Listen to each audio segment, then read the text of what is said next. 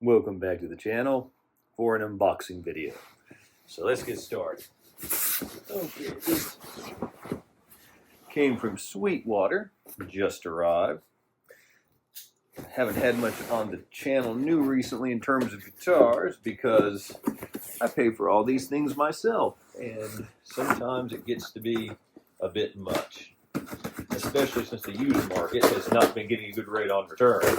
But this was a lower priced item that I thought you all might enjoy seeing, that I've been interested in for a while. So it is Sweetwater. They usually do a good job of packaging, even their more affordable guitars.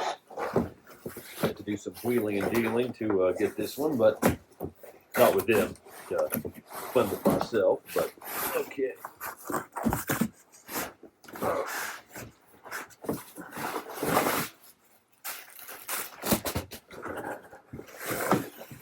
Good. Always appreciate an exterior box. So just get this out of the way for the moment. Also comes in handy when you end up selling them on Reverb. So we have here my very first Sire by Larry Carlton. So always appreciate that it was well packaged, because despite me complaining time and again, as they often do, FedEx threw it on my front porch rather haphazardly, it appears. But man, it comes very well packed from the factory, it appears, because this was $3.99 retail. I guess I have to look to see if Sweetwater did the 100-point inspection. I don't think they do at that price point, but I might be wrong. If so, I will correct myself later in the video. But very well packaged. Some extra tape to hold in place. And let's get to the main event.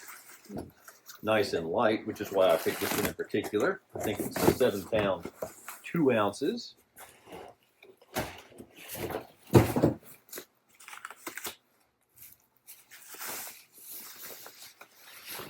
Now, this is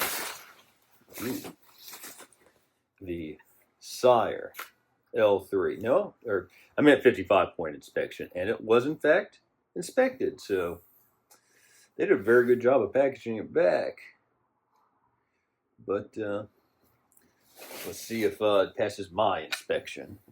So this is obviously a take on a Les Paul Jr. Mahogany body, rosewood neck, have non-locking tuners, which are fine by me, the Larry Carlton signature on the headstock, and as simple as it can be. Have a volume and a tone.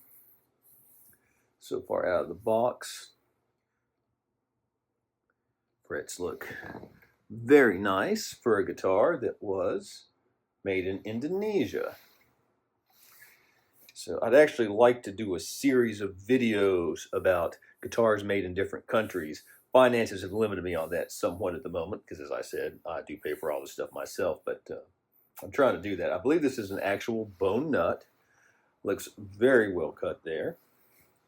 Action is, no, it's hard to see, very nice right out of the box. Almost in tune, almost.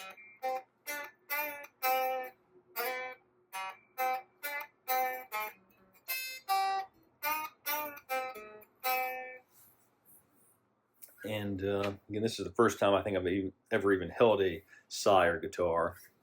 You can tell,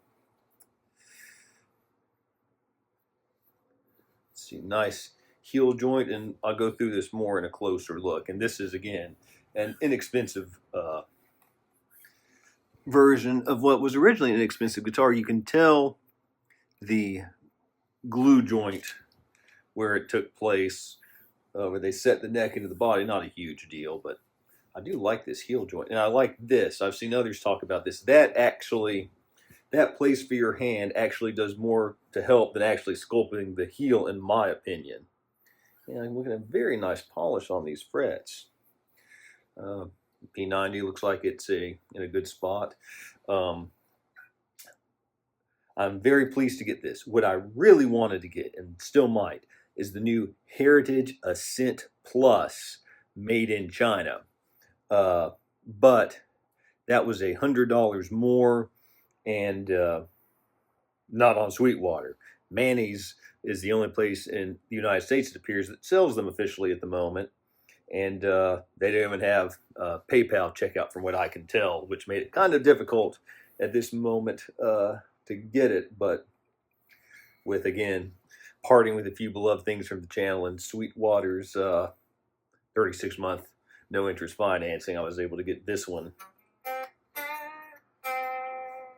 And I'm really impressed. But anyway, the Ascent is 2 pickups, noiseless P90s, and a compound 12 to 16 inch radius. I believe this is a standard 12. If I'm wrong about that, I'll correct it later. But that's going to take nothing away from this guitar. But not being able to swing that one at the moment, the Heritage, I thought, well, this is a good alternative. Because I have no P90 guitars at the moment, unfortunately, because of some of the ones that left. But I've never had a Les Paul Jr. style guitar. So, oh, and one other thing I appreciate, for those worried about headstock breaking, you can see it's much more substantial. There's I think it would be a volute. Let's see. And just, tuners feel pretty good in terms of just their action. And it does have, claims to have rounded edges. Feel that, but I could ramble on all day.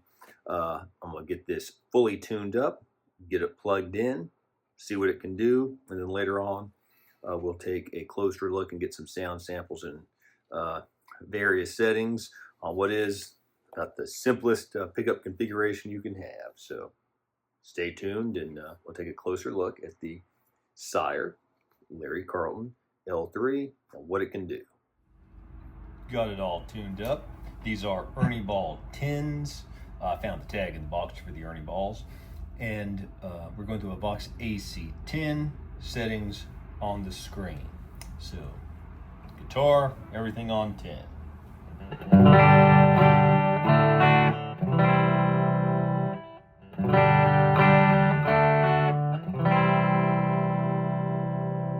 Good sound.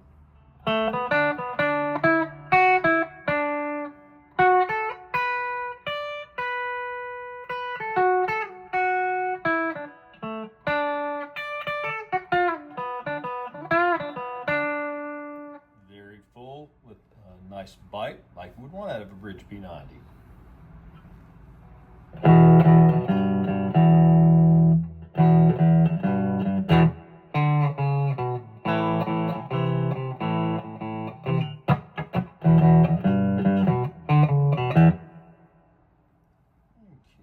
Let's try some chords here.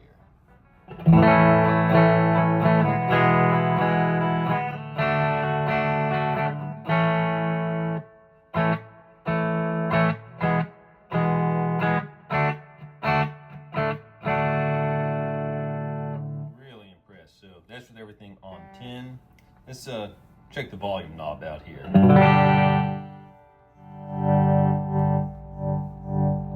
And we'll take a look inside too. So here's it at 10, 8,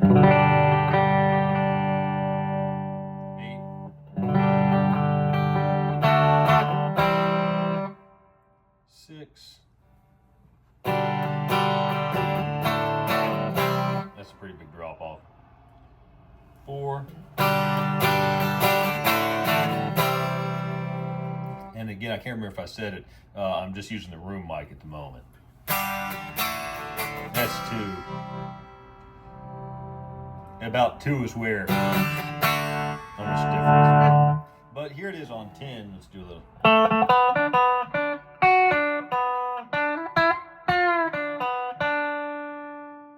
Back it off to 7.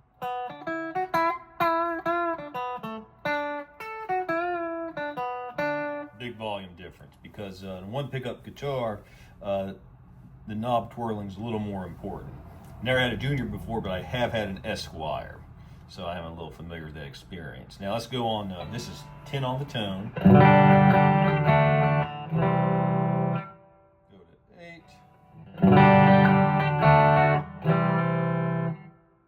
Go to 6.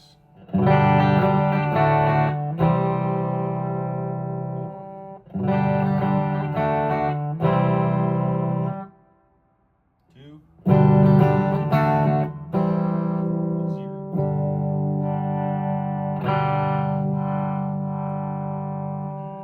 10 again. 8.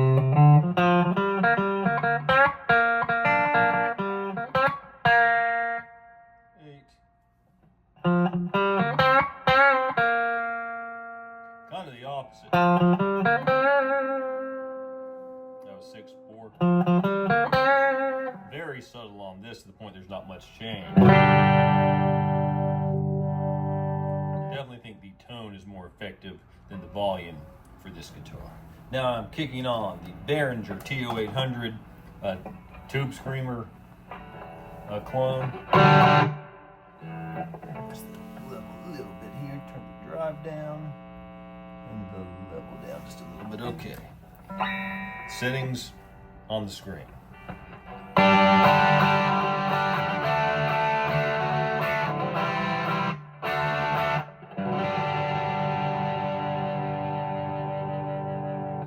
Let me check to see how well the tuning is holding up, then we'll continue with the overdrive samples.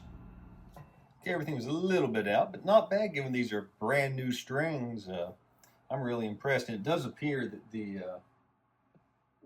nuts cut pretty well. When we take a closer look, we'll look at this. The low E could probably sit in there a little bit better. It's not cut very deep, but better too shallow than too deep. So, and let me say too, I really love this finish. It's satin on the back of the neck. It's a really good C shape. Does have rolled edges, slightly rolled, not anything crazy, but really enjoying playing this neck. So anyway, back with the Tube Screamer style Behringer.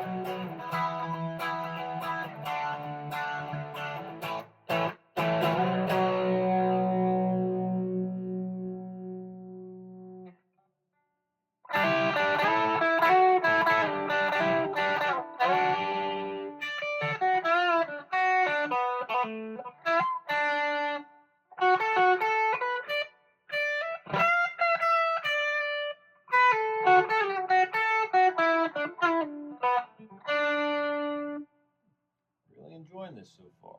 Turn the tone down to about 8.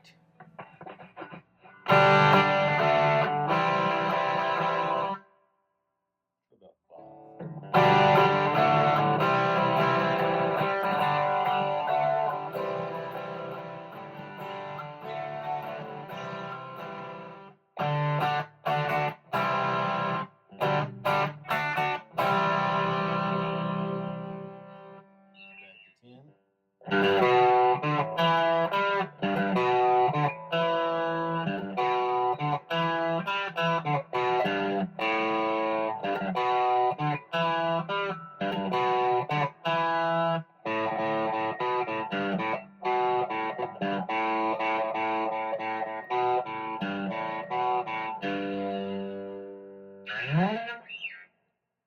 I think it sounds great, and it really does make a difference getting nice strings out of the box on an inexpensive guitar. So let's turn the tone down. Let's turn the volume down to about 7.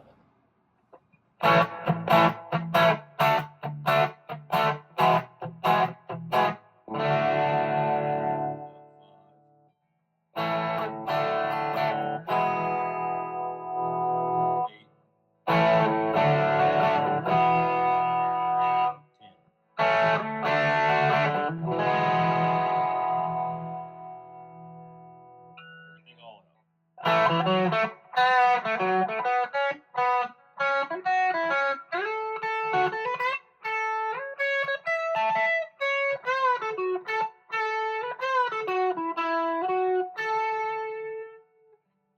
way up here.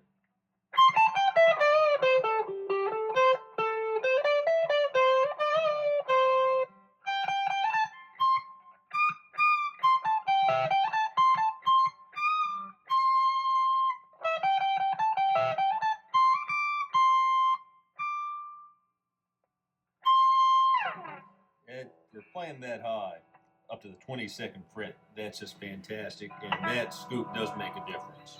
Everybody should do that.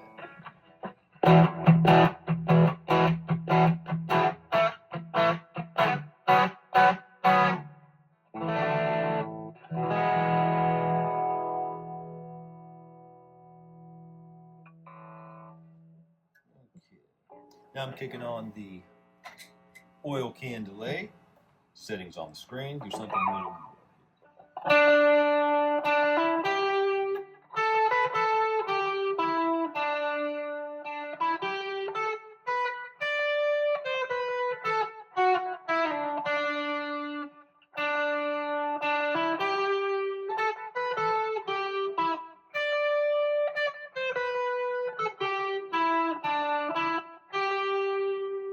You can tell when I really like one because I just keep on playing it during this segment.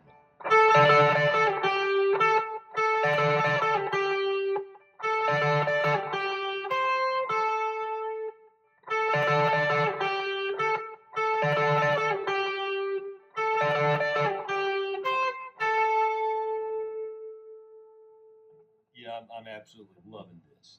So now let's take a closer look at the Sire Larry Carlton L3, and then we'll get some more sound samples. Okay, let's take a closer look at the Sire L3. First, let's look at what came in the box. We have our 55-point Sweetwater inspection card. We have the adjustment wrenches here. It's a nice Larry Carlton hang tag.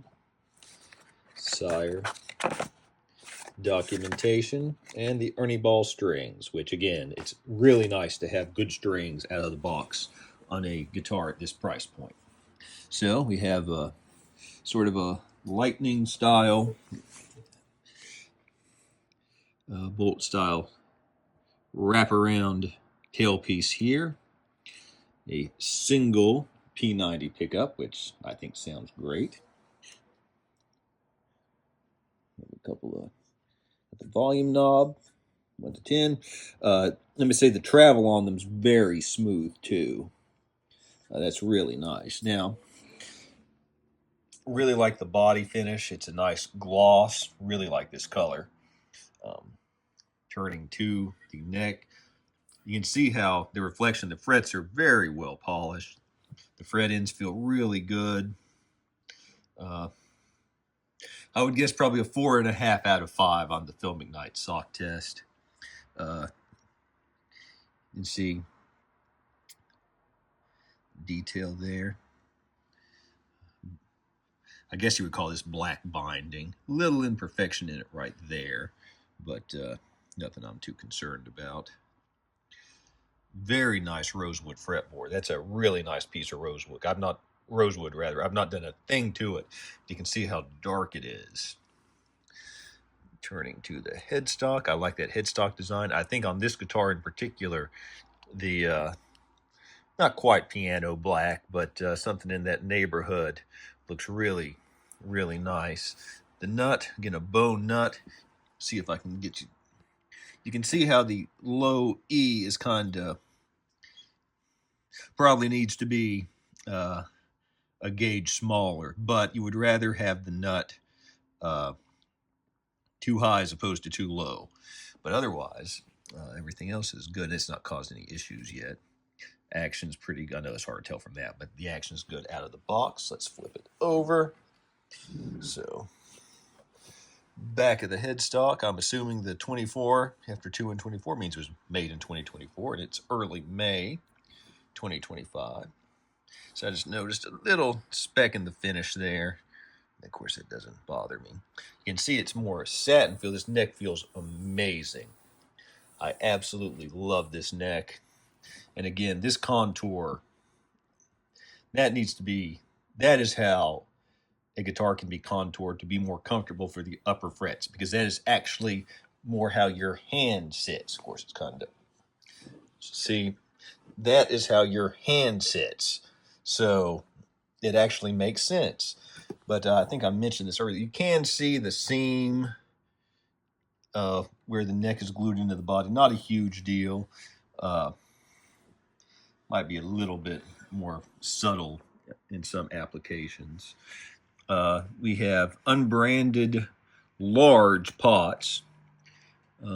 It's very neat in the cavity. You can see the shielding paint's very, very evenly applied. Good soldering, it looks like.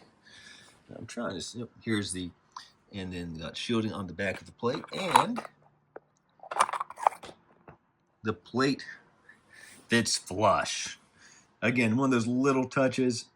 It doesn't hurt anything when they sit up from the body, but that's a little thing that makes a difference in terms of quality. I'm looking at UPRSSE, but really for $400, this is an incredibly nice guitar. So get the back plate screwed back on and get you some more sound samples. Okay, for some more sound samples, I'm going to run it through the TC Electronic Combo Deluxe 65. Always think it's funny that they have the apostrophe in the wrong place. Great pedal. I've demoed it in another video. I'm going to go into the Focusrite 4 Pre into Logic, trying to change it up and get you all a better variety of sounds and how people actually play guitar these days, in addition to the Vox AC10 you heard earlier.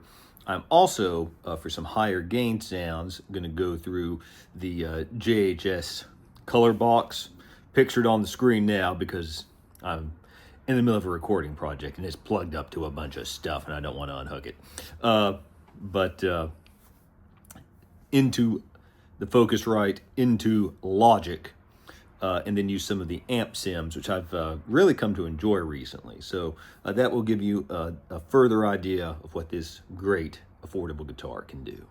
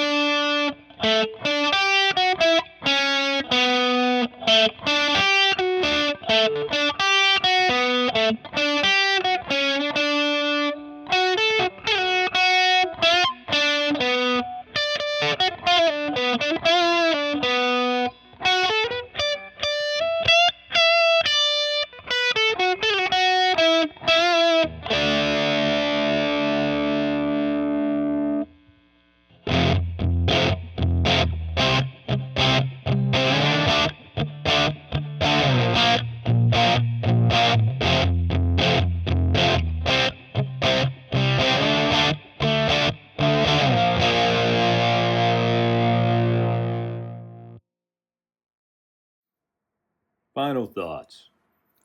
This is a tremendous guitar at a tremendous value. From those sound samples, I think you could hear it has a very aggressive P90 in-your-face sound, which is what I think you want out of a P90, especially a bridge P90. It's kind of, use the buzzwords, rude and brash, and I think it's a great sound. The tone rolls it back a little bit, makes it a little bit smoother, but I don't think smooth is what you're looking for in a guitar like this. You're looking for a rocker, and this does that wonderfully. Again, fit and finish is fantastic, especially for $400. I really, really highly recommend it. It comes in a ton of great colors. I really love this one. Really like the black, but it wasn't in stock. Still not sure which one I would have gone with if they would have had both. And the more traditional TV yellow. And let me say too, frankly, and again, I'm not going to hate on anyone who has the money to spend and buys what they want, but if this is the kind of guitar you're looking for, why would you spend $1,700 on a Gibson one pickup guitar unless you just really want that? If that's really what you want and you can afford it, more power to you. But if you're just wanting a simple P90 single pickup rock machine, this. Obviously, there's the Epiphone comparison. I think this is nicer than an Epiphone. To me, it's sort of in that, and it might be coming out of the same factory, that G&L tribute range, which in my mind, having played many of these guitars, you sort of have in the, I won't say all-out cheap category, but the budget-friendly category. Epiphone and Squire about the same. I've had great ones of both. Slightly, I would say a notch above them, G&L Tribute, and I would say Sire, just based on my experience with this one guitar. Then you have like Mexican made Fenders. I think that this would probably just be, and I would say that also in the same category as this, you have PRS SE. But I would say that the G&Ls, the Sires, again, on this very limited experience, and the SEs are just right, like Mexican Fender, and again, my opinion, those three brands, and then a little further down you have Epiphone and Squire, and then, your true bargain basement brands. But I'm just really impressed with this. It comes with nicer features than you would find on any Epiphone or Squire. The finish feels nicer. That's a big thing for me. If you've seen some of my other videos, one of the guitars I hated parting with most was that Joe Bonamassa, the newest one with the P90s, Les Paul. That's probably my favorite Les Paul I've ever owned. That had a nicer finish than most Epiphones. It felt a little more literally and in a general sense polished. It didn't feel like that cheap finish. It can almost feel toy-like on, even on guitars I've really liked. Can have that on an Epiphone. But this finish is nice. The body, looks nice, but the neck has this great, and you can kind of tell in the light the difference in the shine. It just feels fantastic. It's a great shape. I honestly cannot think of one bad thing to say about this guitar at the price point. Now, I'm not the hugest fan of one pickup guitars. I think what would make this guitar even better is a neck pickup. And maybe that is a criticism. They make a dual humbucker one like this, but to my knowledge, they do not make a dual P90 one like this. They make what's more like a Les Paul standard looking one, which I'm actually really interested in that, and the humbucker version, as much as I love this one. But that's not a fault with this guitar itself. It is what it is, and for what it is, I can't imagine wanting something more. I mean, the pickup sounds great. You can always change that, but there's not a thing wrong with this guitar. Again, for this style, I can't imagine, for me personally, wanting to spend another $1,300 or whatever it would take for the Gibson. I am very interested in checking out more Sire guitars. That's what you like when you try a new brand. To be so impressed, you want to check out more. They have a Telecaster style, especially a Tele Thinline style, I've really had my eye on. They have two traditional Tele style and a P90. The full-fledged Les Paul standard in both the P90 and humbuckers. I mean, I'm really interested in trying out more Sire guitars now. So I think this was a great experience. If you have any comments or questions, please leave them below. Please like and subscribe. And until next time, keep on rocking.